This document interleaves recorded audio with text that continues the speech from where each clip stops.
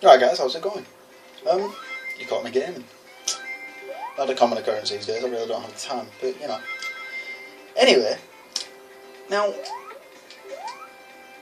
with gaming, sometimes it can be a little bit of a hit and miss when you're buying retro games, because obviously there's not many reviews out there for retro games.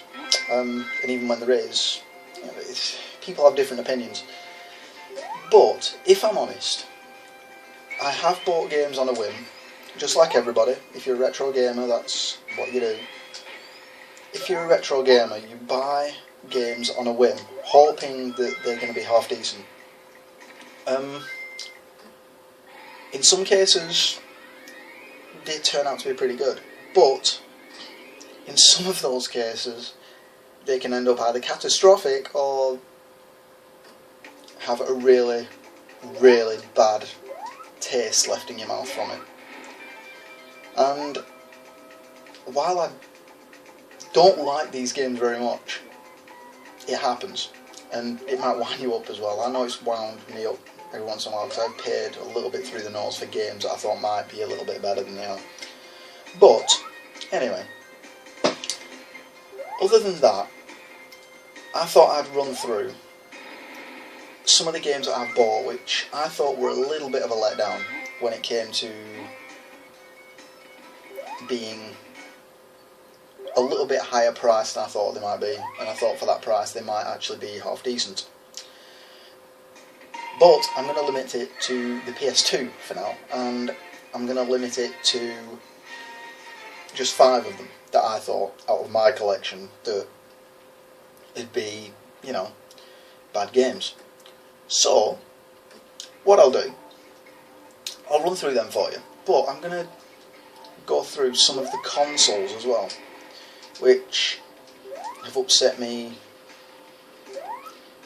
back in the day.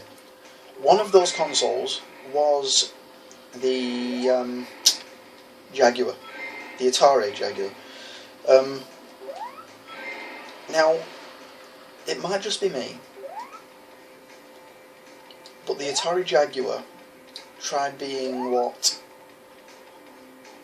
I would say the Mega Drive tried to be, with all its add-ons and things like that, because the Jaguar came out with a CD add-on, which, if I'm honest, wasn't exactly great. It was practically useless by the end of things to come, and you know, it really didn't make an impact. That's one of them.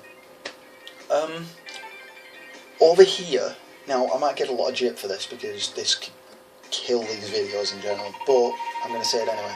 Over here, the Saturn wasn't exactly developed for very often, and when it was, some of the games could be very, very tricky to do.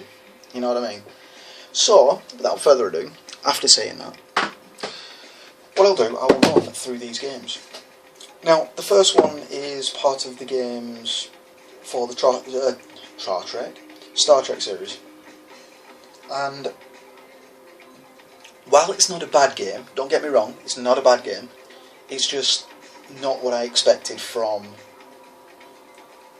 the game with a cover like this. And if I'm honest, I wouldn't say it's the best game in the series. I'd say Legacy gets that and Star Trek Online, but this one isn't the best game in the series, and that game is Star Trek Shattered Dimensions. Oh, sorry, Shattered Dimensions, Shattered Universe. And the reason I'm not sure on this is mainly because you take control of a shuttle from a ship that basically you go out and destroy. And these missions could vary from destroying ships, to destroying asteroids, to destroying planets or whatever. I've not got all the way through it, so I wouldn't know. The reason I think it's a little bit of a letdown is because the controls are a bit dippy now and then, but they're not dippy to the point that it's unplayable. Don't get me wrong by any means. In the respect to the story, it's a good game. It follows Sulu. If you're a Star Trek fan, you'll know what I mean.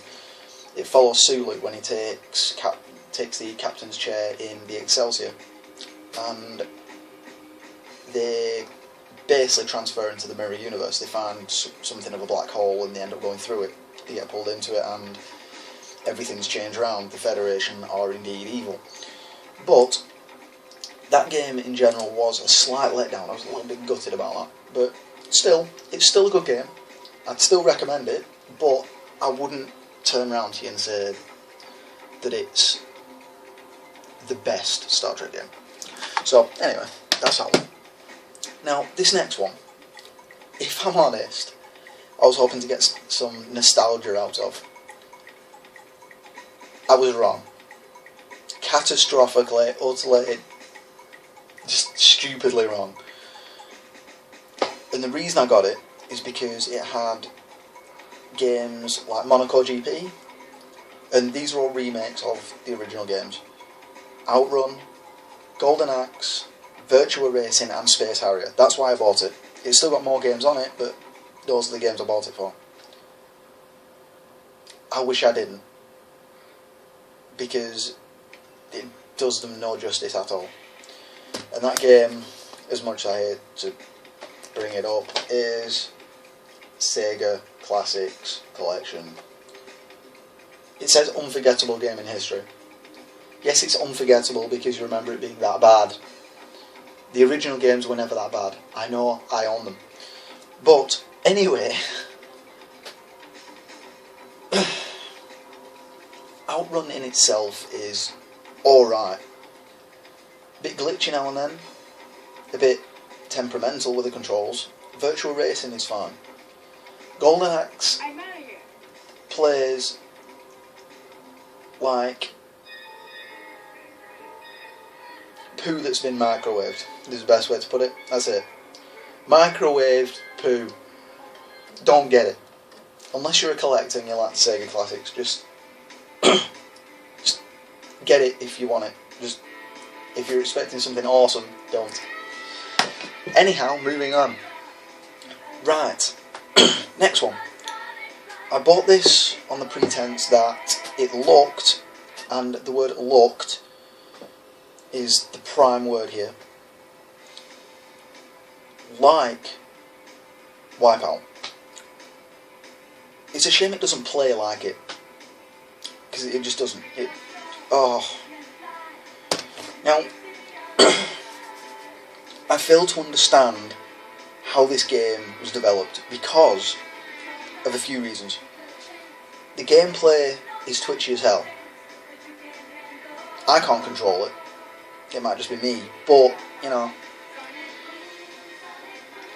As for the graphics, they look a bit outdated. In fact, no, they don't look a bit outdated, they look a lot outdated, and they tried copying Wipeout, and in my view, you can't copy Wipeout. That's G-Surfers. Don't ever try and copy Wipeout. You'll never win. And it's one of those scenarios. I hate this game with a passion just for the fact that it's a pain in the arse. But yet, the reviews on it, there are a few games that can offer lifelong play, but G-Surfers is one such game. No. Edge. If it's in the game, it can be created in the editor. Very impressive. I've not known a person yet to use a level editor or a track editor, unless they are hardcore kind of game builders. And then you've got Play Magazine, which put it as wildly inventive, 30 tracks and obscene speed. Obscene speed that you can't control because the controls are crap. Yeah, I've made that clear. I'll put that down. But yeah, unless you're a collector, don't buy it. It didn't do me any justice. It just, the controls are twitchy as hell. Next one is a Dragon Ball game. I bet you didn't expect to see this on this list, did you? Now, this isn't a bad game at all. It's not a bad game, I promise you that. But I was let down because I was expecting something different. That's the only reason why. Now, I'm used to games like Budokai and Tenkaichi, or Budokai Tenkaichi. And the problem with this game, it wasn't like those games. And like I said, it's not a bad game at all. It was just a letdown because I was expecting something completely different. And that is Super Dragon Ball Z. And like I said, not a bad game. It's just this was actually an arcade game in Japan, which I didn't realise when I bought it. And they basically ported the gameplay and the game engine to this disc and put it on the PS2. Now, like I said, it's not a bad game, but my God, is it fucking hard. It's unbelievably hard. And if you're Japanese, play it, because you'll get through it, no problem. Us in Britain, I'm not so sure. But, you know, me personally, I just think it's a bit hard. Like I say, not by any means a bad game. It's an absolutely awesome game. But I prefer the Budokai Tenkaichi games, if I'm honest. So we are down to the last one. And where do I start with this game? I really can't. Now, I've got to make it clear, okay? I am a mega Sonic fan. I love Sonic, as you can probably tell. Pictures up there. I've got Sonic on my keys, which are there. Actually, I've got Sonic and Knuckles on my keys there. I own pretty much every Sonic game. You've seen the plushies that I've got of Sonic. I've got a Sonic statue and all that kind of thing. Now, this was the debut for Sonic on the PS2. Now, I could have covered this on any other console, but I didn't. I chose the PS2. Just because that's the console I have it on. And as you guys probably know, I really don't buy second versions of game that I already own. I won't, unless it benefits me or I'm getting one of those games for free. It doesn't bother me. But this is just, I tried completing it, and I did eventually, about 4 years after I got it. Yeah. But anyway, Sonic Heroes. I think everybody knows how bad this game is, and like I said, I've chose to cover this on the PS2 just because that's the version I own, and it was the PS2 debut of Sonic on the Sony console. Did you not think of trying harder? The speed that Sonic is known for, just not there. The level design, don't get me wrong, isn't bad. It's just very well... It's well done, it's just not done in the right aspect. And I'm kind of gutted that they thought this might be a good game. So, yeah. I left that for number 1 because I was expecting something great out of a new Sonic game, and they kind of destroyed my thoughts on that. So, but yes, that's that, guys. If you have any really bad games that you want to tell me about, feel free to tell me about those games. Not only that, any bad peripherals that you've got, like game sticks that aren't responsive or anything like that. Tell me what you think, guys, because I'd love to find out. I'd love to know.